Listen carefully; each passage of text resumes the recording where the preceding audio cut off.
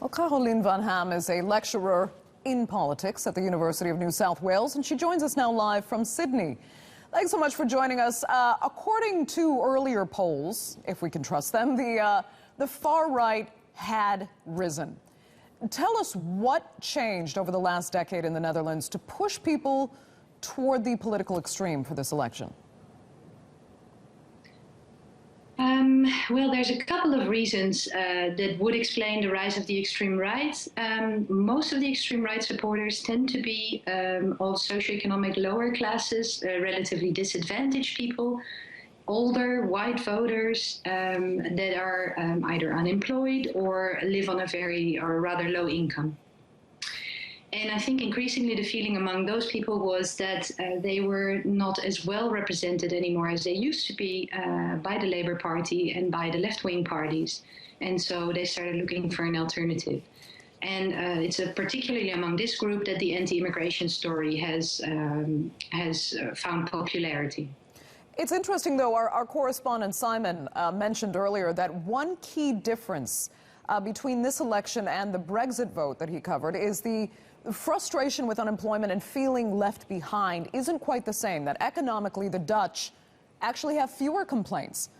Do you think that might prevent the populists then from winning here?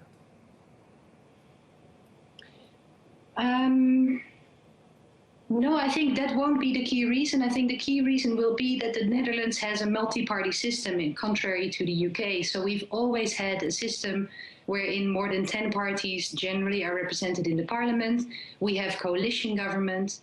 So people have a lot of options. And I think people that are starting to see what is happening in the aftermath of Brexit and after the election of Trump, maybe people who thought they would vote for Geert Wilders' party as an expression of protest, are now reconsidering. And so we've seen this shift back to mainstream parties in the last 2 weeks of the campaign.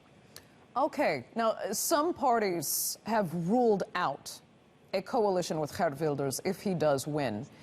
But is that realistic? Would they have that choice? Well, look, the tradition in the Netherlands is that the largest party gets the lead in the coalition formation. So if the polls are indeed wrong, and as was suggested before, that might be the case, and if the PVV, Geert Wilders' party, becomes the largest, he will get the first lead in forming a coalition. And it will be likely that he will then approach Rutte's party, the VVD, and the Christian Democrats, CDA, to discuss a coalition.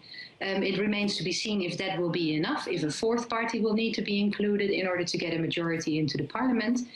And yes, negotiations will be very difficult. So it's quite likely, due to ideological differences, that those coalition talks will break down, and then it's up to the second largest party to take the lead in coalition formation. Okay. Carolien van Ham, thank you so much for joining us there live from Sydney.